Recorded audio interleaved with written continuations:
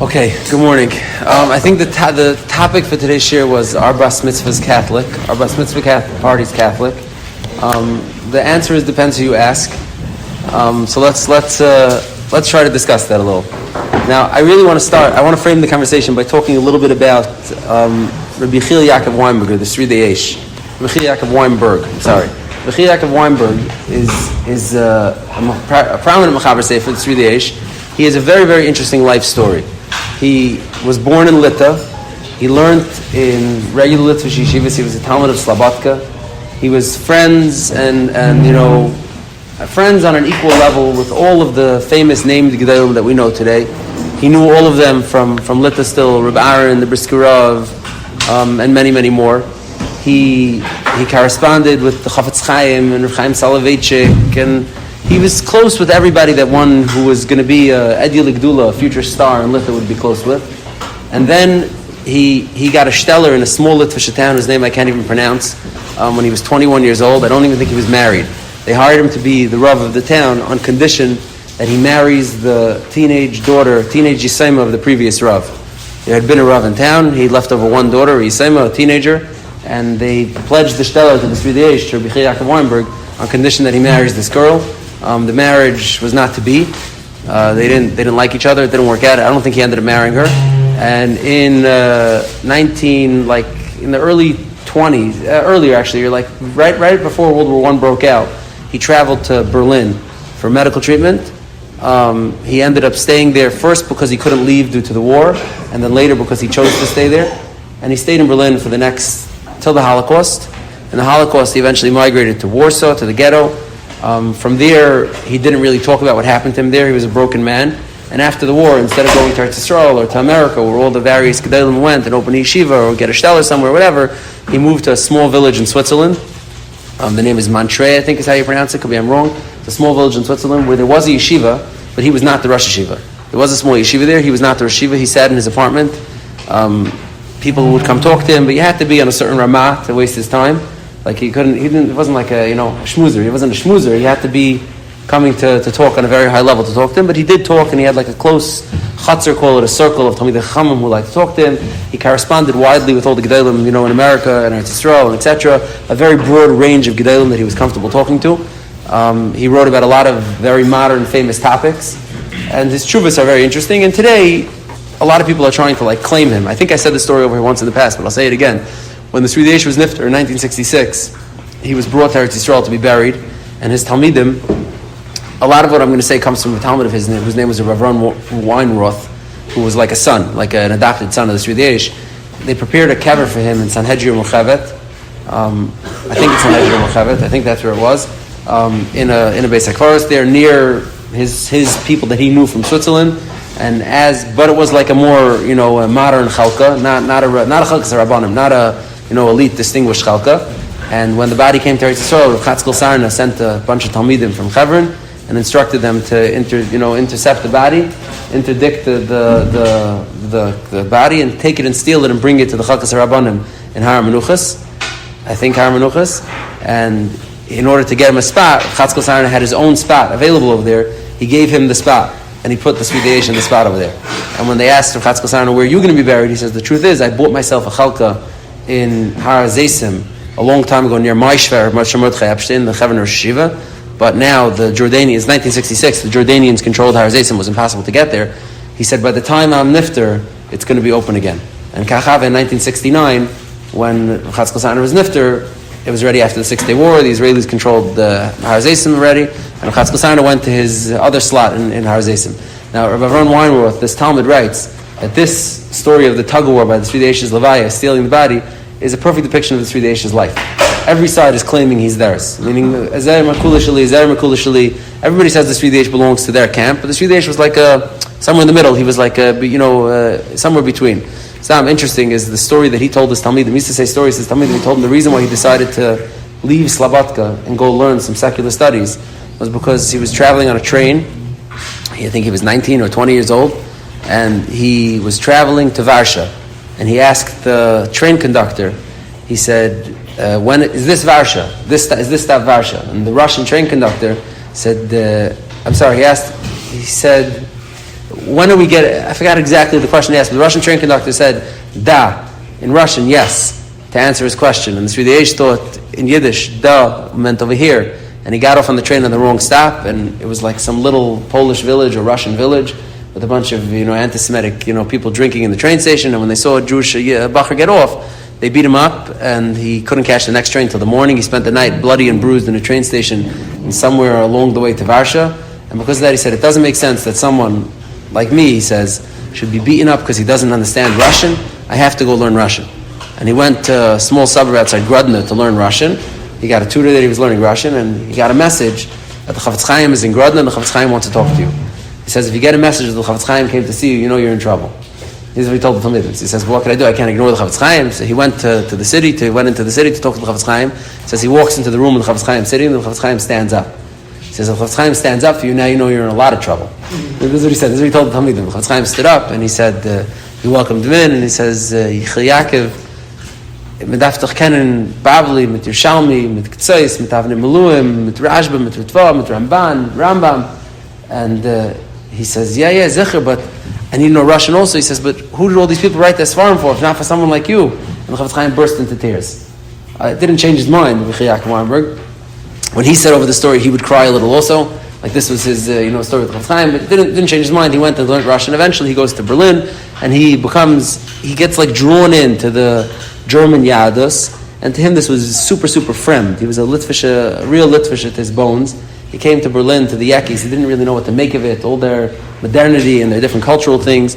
But eventually, over the years, he gets acclimated and becomes very, very invested in it. He becomes the Rosh Yeshiva of the Hildesheimer Seminary in Berlin, which is a yeshiva college of sorts. He becomes college educated himself. He gets a doctorate or 2 doctorates.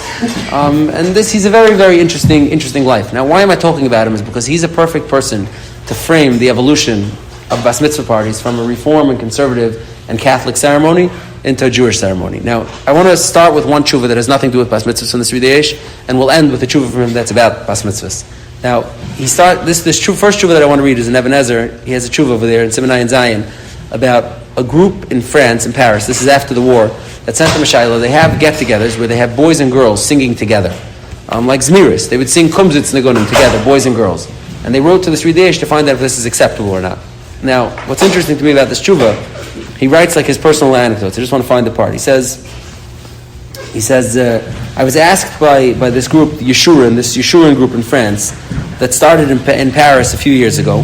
It does this. They have this Shitas HaChinuch. He says, She'inog b'Medinas Ashkenaz l'fnei HaChorban. They're following really the German Chinuch system, the German, girls Chinuch system that was in Germany. And now he says there's transplants from other places who are unfamiliar with this Chinuch system, and they're being very triggered by this Chinuch system, and they want changes. He says,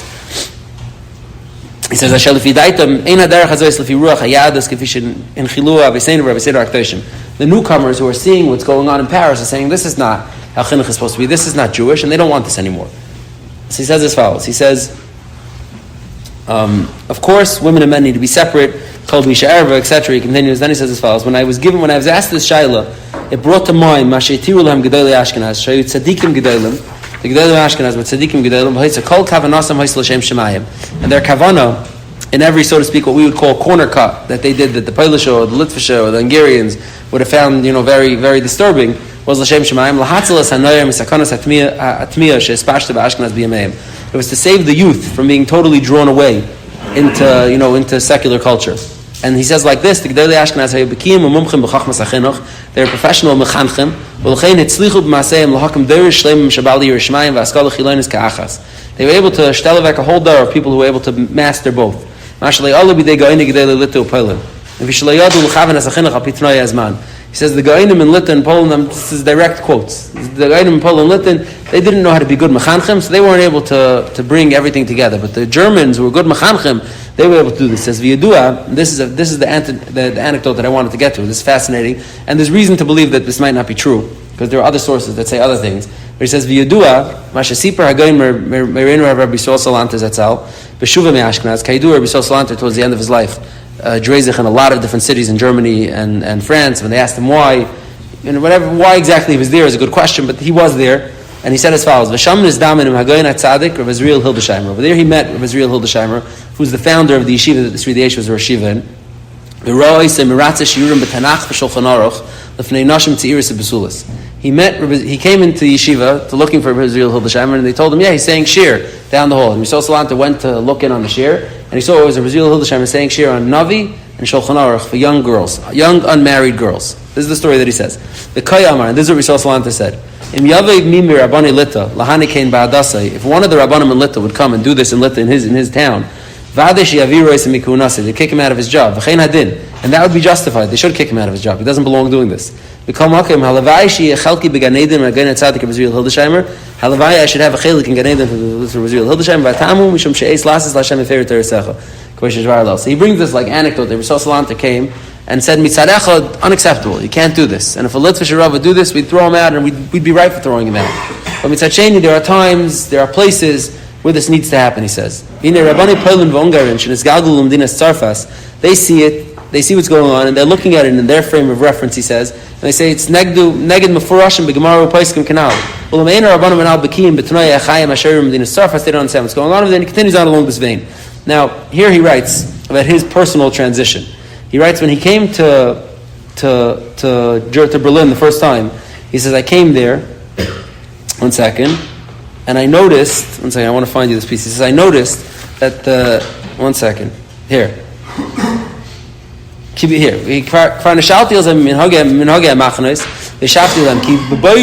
When I arrived in Berlin the first time, he says, he was a younger man, he was showing up in shul, he got invited out for Sudas, he says, I got invited to Sudas and from people's households, and the minig was, the whole family sang Zmiris together, men, women, boys, girls, everyone was singing Zmiris together, he says. I was totally taken aback. Ein Sham Magen Avram, Shekol Yishaer Vaku, and Eshizish, Nida, Fil Shalei B'Shas Kriyishma, V'Psus B'Yemenu L'Elam B'Chaskas Nida, we do Machakas Rishayim, a whole rant. He says, I don't understand what's going on over here. He says, and I asked around, and they told me as follows. He says, I asked around, and they told me, one second, it's like stream of consciousness, this truth. I have to pull out the bits I'm looking for. But he says, I asked around, and they told me that they're saying that here. They told me as follows. He said, "Ki hagoyin atzadik of Israel Hildesheimer, v'chein hagoyin of Shamshin Rafal Hirsch, b'Frankfurt al Nahar Main, hetiru b'zmiris kodesh l'zami yachad." They allowed it. V'atam mishum detrei koli lo mishtami.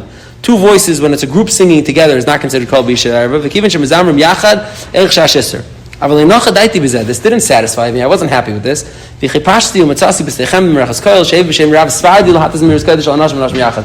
Hashem, he says, I was able to look in the street in the Steichem and find the Sfardi who says it also.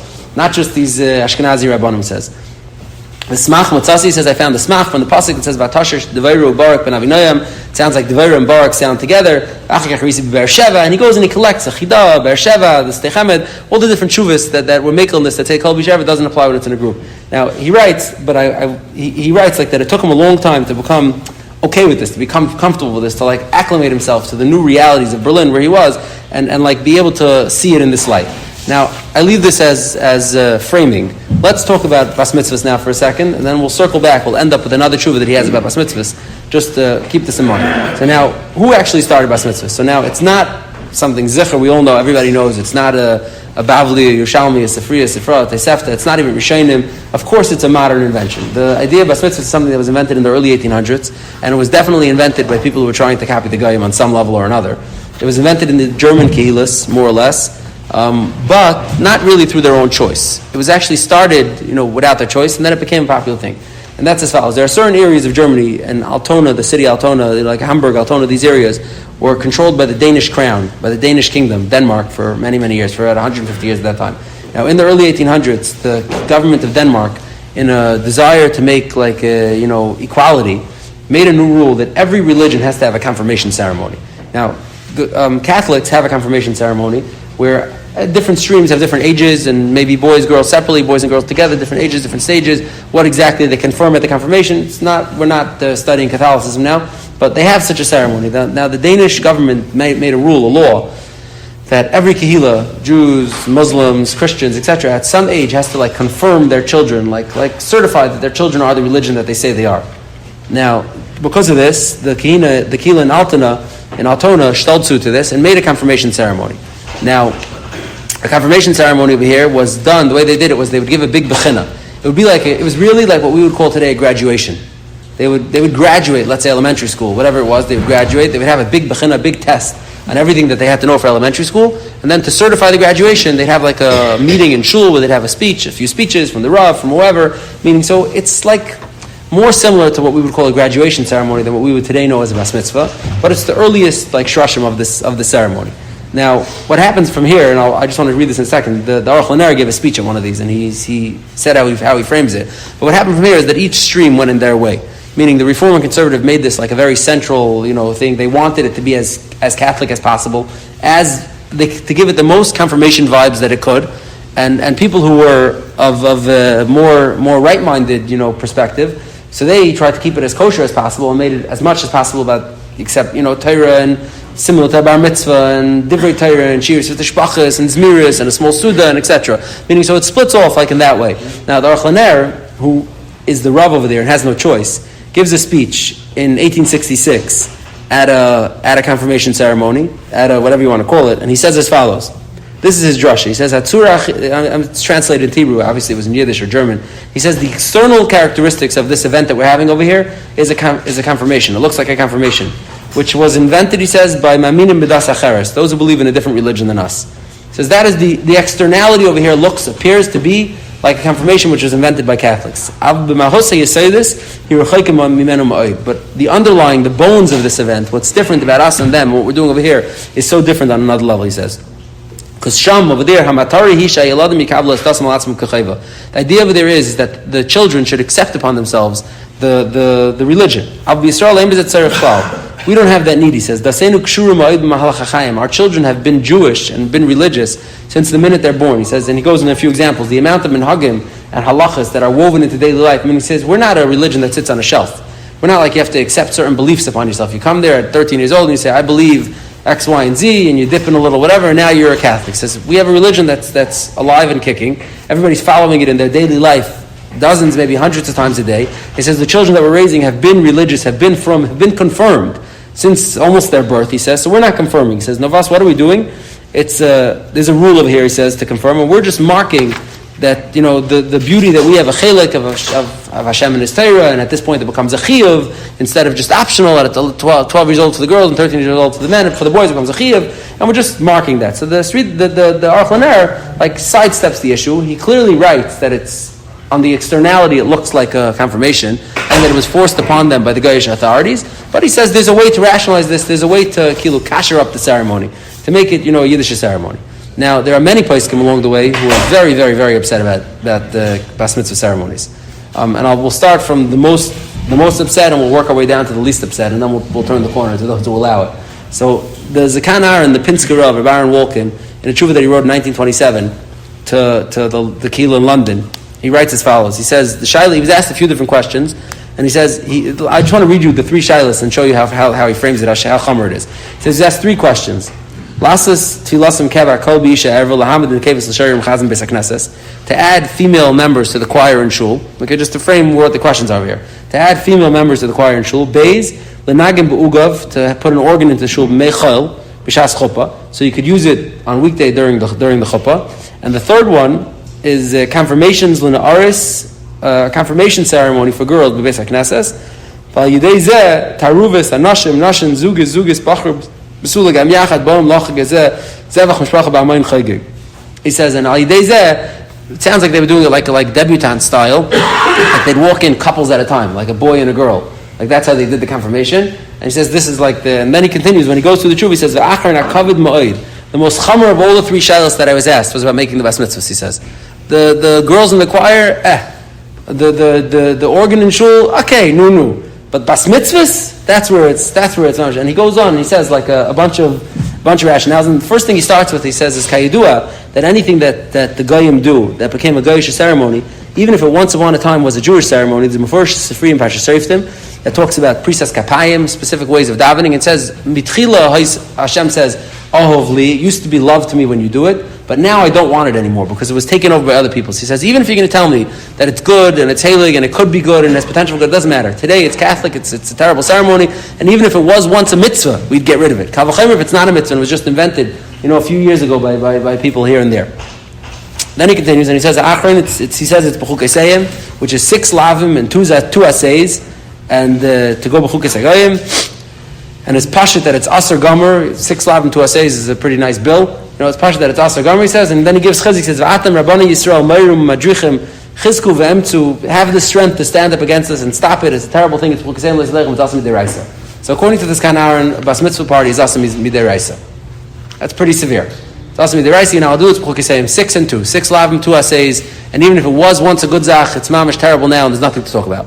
Now, there's another tshuva from Yisrael Veltz, Hungarian Rav, I think, lived in Israel after the war, in Divrei Yisrael. It's a very interesting tshuva sefer b'chlal, but in this tshuva, Divrei Yisrael, in Chelik Beis, in Tshuva Zayin, he has a whole collection over there where he collects all the various different poskim who say that it's aser. Now, what's interesting is that he even collects poskim that say it's mutter, and he just cherry picks the few lines where they like give a little credit to the tzad that's aser and includes them. So it's like you have to read the tshuva very carefully because he's trying to make everybody agree. And he takes, Marshall, we'll see, he takes Rav Moshe's tshuva, he takes Sri Yesh's tshuva, he takes anyone that he could find who even has like a, epis vas, and he hangs it on it. Now, he, mamish, throws the book at it. He comes at it from every angle. First he quotes this Kanar and says, it's terrible.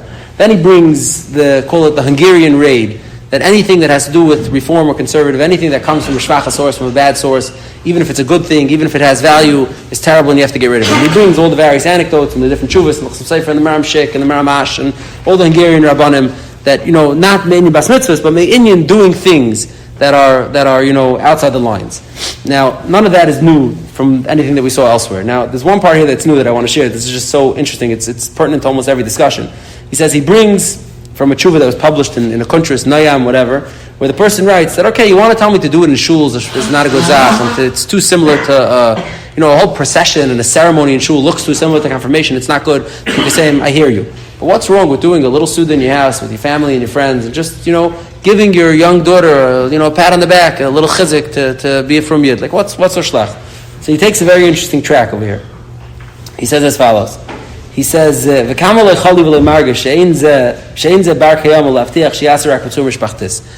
how silly is it to think that you're going to start something in the house and it's going to stay just a little house ceremony and that's how it's going to stay? He says, be'emes kama yigiyas v'terches yagu gedolim v'tovim b'chol adoris l'taken takanos b'tzimtzum asuda v'asimchas. How many simcha takanos and chasana takanos and vart takanos and bar mitzvah takanos have the gedolim made throughout the days to try to stop people from spending money on things they don't need to spend money on? There's many svarim that make takanos to diminish simchas and to chop simchas down to size. The Gamla Acharni says, he's writing this in probably the 60s or 70s. And now Rabbanim and Admirim are making takanos because weddings have gotten out of control like crazy. Worse than it could ever be, he's writing. And there's no one who could stop it. Can you do it for some? The pressure and what this does to people, it's gotten to sakanas nefashas mamish. All the effort that people made throughout the days to stop simchas, they were never matzliach. And here he puts in parentheses. This is the cute part. He says, "L'daiti ikar miniyas kabbalas davar zeh yidei atzibur hoye ki yamanhigim atzmim lo yeheru b'zeh dugma yafa b'simchasam heim." He says the leadership class, be it rebbes, rabbanim, askanim, gvirim, the leaders are not the ones who are making simple simchas. So they're wanting everybody else to do it, but they're not doing it themselves. V'yilu hoye rashi umanhigi adar maschilim ba'atzmim b'mitzvah v'adei shezeh mashpia gam al ha'hamoyin v'urachim yichaper oven. He says, Bevada, if the Rabbanim and the Admirim, the Gvirim, the Askanim, they would lead it and they would make simple weddings, simple simchas, then they would have a chance at success. So just like it's so interesting, it's like Enkel Chadash Tachas Hashemish. Like this conversation, you can have this debate today, tomorrow, in 10 years, in 20 years. Like this is just like Enkel Chadash Tachas Hashemish, the same thing. So he says, you want to say do it in the house, a little event? No, terrible. It's going to end up leading to fancy bas mitzvah parties. And the last thing we need is another simcha, more pressure on people. Can't do it, terrible. So he throws the book. He starts with B'chukisayim. He goes to anything that comes from a bad source. It's terrible. Call it the Hungarian route, and then he goes to the very technical and savvy. A rav, pasha like a rav, telling it's a bad idea. It's not. This is going to lead to bad things. It's not a good idea. And Mele says it shouldn't be done. Now there's a famous tshuva from Rav Moshe about this. Rav Moshe writes actually pretty harshly about bas mitzvahs. Rav Moshe and Arachaim Chelik Aleph and Tshuva Kuf Daled, and he rather repeats this 3 or 4 times throughout Yigis Moshe. He It's interesting. Let's read what he says. It's interesting. He says, they want to make some sort of seder or simcha when the girls become bas mitzvah age. Even in off hours. You don't make it in a shul even during off hours. It can't be in a shul. You're not even supposed to make in yanim of rishos, simchas of rishos, sudas of rishos, and the Beis even if it's al tanai. His v'hatchamanya shel bas mitzvah hivadei rak divrei rishos v'hevel ba'alma, which is pretty harsh. He says the bas mitzvah simcha is for sure divrei rishos v'hevel. It's just stam stupidity. It's nothing. So yizicha shouldn't make it in a shul. Ve'ein shul makom lahat l'aseh beis hakneses kol shekein b'zeh she'amakar b'amei reform v'conservative. Rakim roitza av lasis eze simcha bebeisai. Rasha, you want to make a small suda in your house, you're allowed. Olein ze shomin yim esmach la'achshav zed bar mitzvah v'sudas mitzvah. Ki rak mi simcha sheyem eleves ba'alma. It's a birthday party. It's nothing. It's a birthday party. It's a silly birthday party. You want to make a birthday party in your house for your daughter? Make a birthday party in your house for your daughter. But to do it in shul, to make a whole big deal, the whole shermanya of a bas mitzvah, it's nothing. It's nothing to be taken seriously. And then he continues. He says, "V'yasher cheli." This is interesting. If I had the ability, he says, I'd be mevatel bar mitzvahs too. Now this is reminiscent of the Divrei Yisrael, but coming out from a different angle. He says, "Shekayidua lehevi zeh shomish l'karve l'ter l'mitzvahs." So bar mitzvah never made anybody from. It never made anybody closer to God. That's not what mitzvahs do. Not even by the bar mitzvah for 1 second. Mixed dancing, chol Shabbos, pigiyas and sneas, etc. Says, if I had the kaiches, I'd get rid of bar mitzvahs too. But alas, even Rav Moshe knew that there's certain things that you can't touch, there's certain things that are not fixable, and bar mitzvahs are here to stay. Now, in any case, this is Rav Moshe Tzaks. Rav Moshe doesn't answer it. He calls it the Rishtos V'Hevel, which is not a compliment, but it's not an Isser. And he allows you to do it. Now, after him comes Rav Adia in a famous tshuva. Rav Adia in Ar Chaim, I think it's Chelik Vav, I don't remember, Chelik Vav or Chelik Zayin, in Tshuva Chavtes. Rav Adia brings a whole marach over there, and he says, and it's a good kasha he asks, I don't understand. He says, Bar Mitzvahs, the source of Bar Mitzvahs, that Bar Mitzvahs to this mitzvah comes from the Yam Shlomo Bava Kama in the end of the 6th parak, a famous Yam Shlomo. The Yam Shlomo writes, Ein l'chasu this mitzvah gedol mizu, that a kid who's starting his chayvas mitzvah, like the Gemara in Kedushin and Naflam Aleph says that Avidni Yamatav Rabbanon, when I would find out, Rav Yosef, who was blind, said Avidni Yamatav Rabbanon, when I would find out that I'm chayav mitzvahs, right? Because God lo mitzvah vaysim, Mishenim mitzvah vaysim. He says these are very basic pashat zachin, and the Marshal writes, he says Ein l'chasud this mitzvah gedei l'mizu. He says I don't understand. Girls, yes, they're pater from certain mitzvahs. Yes, they're girls, but they're mechuyev in mitzvahs too. I don't know the exact number, but they're mechuyev in many, many hundreds of mitzvahs. And on this day, on the 12th day, 12 years and 1 day, they become mechuyev. And God lo mitzvah vaysim, Mishenim mitzvah vaysim. Ein l'chasim gedei l'mizu. What's the whole tara? What's the big deal?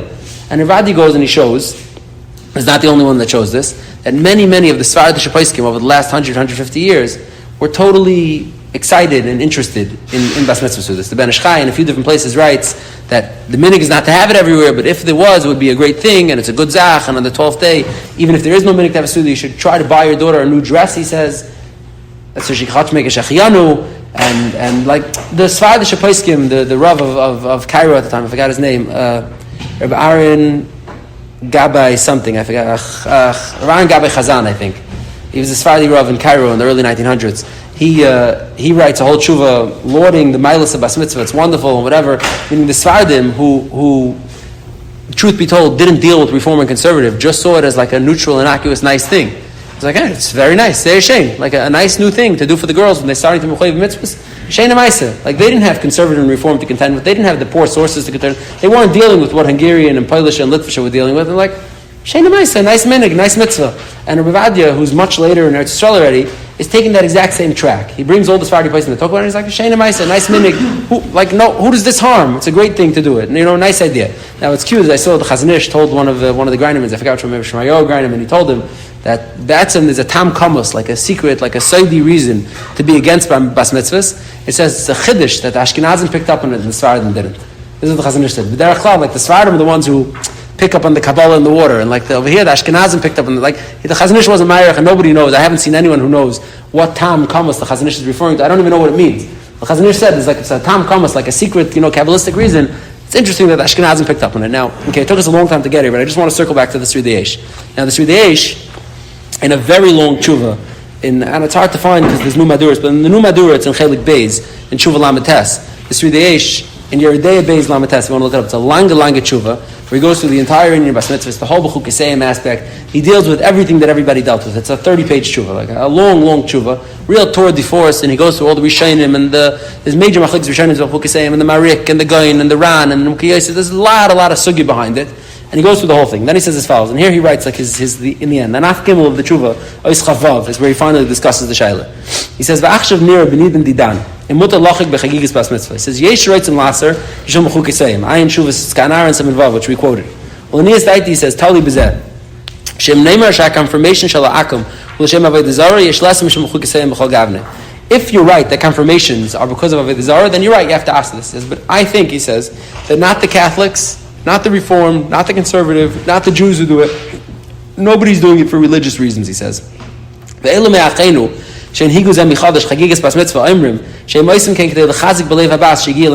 trying to make some sort of like chizik in the girls, that now you're a bas mitzvah, now you're chayav in mitzvahs, he says. It's a feeling of love and connection to Torah and mitzvah. And to confirm for her that she's part of a great and heilige nation. What do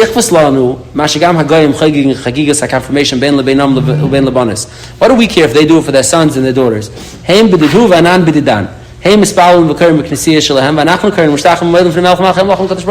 stop davening because they daven in a church.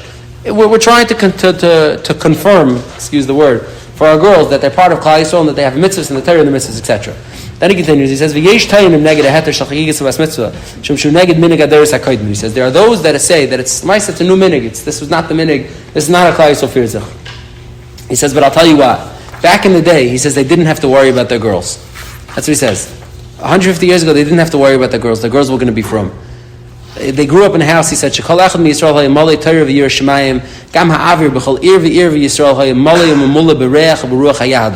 the cities were saturated and soaked with the scent and the flavor of Yiddishkeit everywhere. They sucked in the beauty of Yiddishkeit without lifting a finger. It's as if they almost nursed it with the mama's milk, like Yiddishkeit in Ganzen. He says, there's a tremendous change. Any tiny regish of Yadus is sucked out of everyone because of what's going on in the streets. The girls are going either to public schools or to whatever. And even if they're going to community schools, nobody's trying to infuse in them the love for Torah and Yiddishkeit. And into the beauty of minhagim of Yiddishkeit. We have to focus all of our energies on making sure the girls are from. He said, he continues, whatever, fine. Then he says, this is a major compliment, he says in the last dar, La'ashrenu amdu gedeli Yisrael b'dar akadim, the dar before me, he says, which is like the Chafetz Chaim's dar, ala kilkel hazois, the Nehemiah Emes, the Chafetz Chaim, who is actually very close to the Nehemiah Emes, hazois v'tiknu moises shel Torah v'chizik dasi ba'ad b'nei Yisrael, they misakin a whole reshes of girls, Beis Yaakov's for girls, hakamas reshes gedolim akiva shel Beis Yaakov, he hafgana hanahaderes b'yoser shel dereinu. I don't know what the exact translation is, but that is the most wonderful accomplishment of our entire generation, he says. The most beautiful and wonderful accomplishment that our dar has is that they established the reshes of Beis Yaakov's, he says. Then he continues, he says, Memela, I think it's not only it's mutter, it's good, it's amazing, it's heilig, you should of course do it, bas mitzvahs for the girls. And he says, but I'm asking to what Hagram Ramoshe Feinstein says, or Ramoshe says in Nigris Moshe, not to do it in a shul, that I'm asking to. It shouldn't be in a shul, but it should be done. And then he ends off with this like cute line over here. Stam, along the way here, you got, okay, he ends up with a cute line over here, he says like this. I'm aware of the fact that there are from the Yereim who are Isur and going against this. When it comes to religious questions, they don't think about it in like a logical cheshbonis, he says. They also don't pay attention to halacha. He says when it comes to like being shemer minig, this is direct quote. When it comes to being shemer minig, everything goes out the window. Halacha goes out the window. Seichel goes out the window. We just want to be shemer, and that's it, he says. It's an emotional response. He says, but it's a good to Yiddish hearts that reacts harshly to any change. I can't, that's how it is.